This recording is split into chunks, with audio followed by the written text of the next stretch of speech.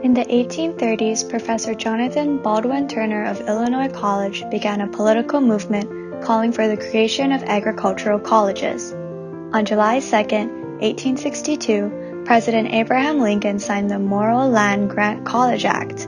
It provided land and annual financial support for a land-grant college in every U.S. state and territory to teach such branches of learning as are related to agriculture and the mechanic arts.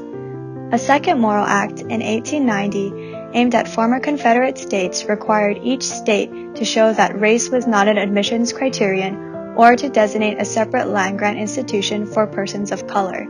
Of the 70 land-grant schools that evolved from the Morrill Acts, more than 20 are historically black colleges and universities.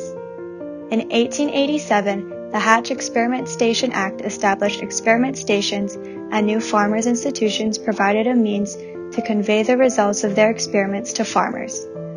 Within a dozen years, 45 states and territories had stated farmers' institutions with agricultural college faculty and successful farmers serving as advisors and speakers.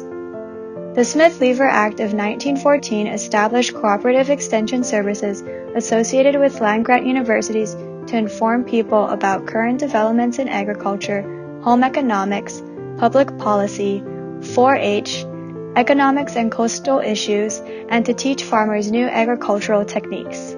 In Hawaii, as early as July 7, 1877, an editorial in the Pacific Commercial Advertiser stated that a kingdom without a university was an anomaly, but it would be 30 years before one was established. When Hawaii became a territory of the United States in 1901, it was eligible to apply for federal funds to establish a land-grant college. Proposals were made in the 1901, 1903, 1905, and 1907 territorial legislature. Finally, on March 1, 1907, the bill passed and Governor George Carter signed Act 24 to establish the College of Agriculture and Mechanic Arts of the Territory of Hawaii and to provide for the government and support thereof. A vice principal of the Territorial Normal School, Willis Pope, served as dean, bought furniture and scientific equipment, and recruited students. However, the new college had no campus, no faculty, no student body, and very meager funds. The feds did not endow any land, and there was uncertainty about congressional support for land grants in the territories. Many people in Hawaii feared the college might fail before it held its first class. So, the territorial legislature appropriated $25,000, and Governor Walter Freer paid $5,000 to cover shortages. An old frame house on the Mackay corner of Yonge and Victoria Streets, across from Thomas Square, was remodeled to include an office, lecture room, 2 laboratories, and a library.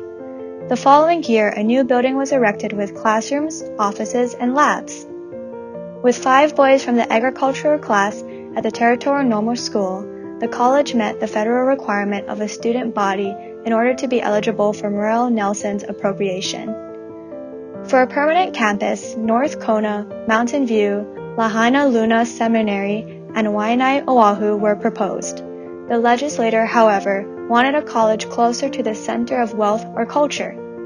So, by January 1911, 90 acres in Manoa Valley had been cobbled together from leased and private lands.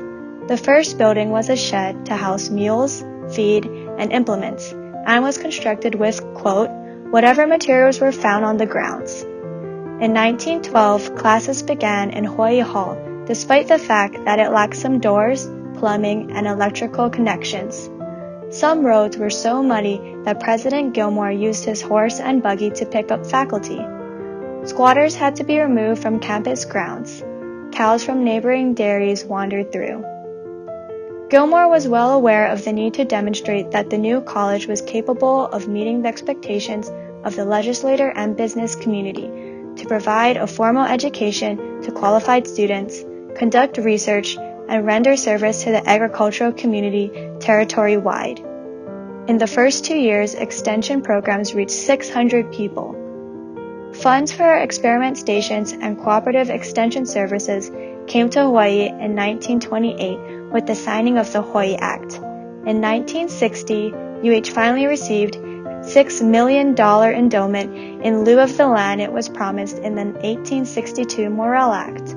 Today, CTAR, the land-grant college of UH, continues to fulfill its mission, providing academic programs that prepare students to solve real-world challenges, research work that advances scientific understanding at the local and global level, and extension service that delivers practical knowledge to Hawaii's communities.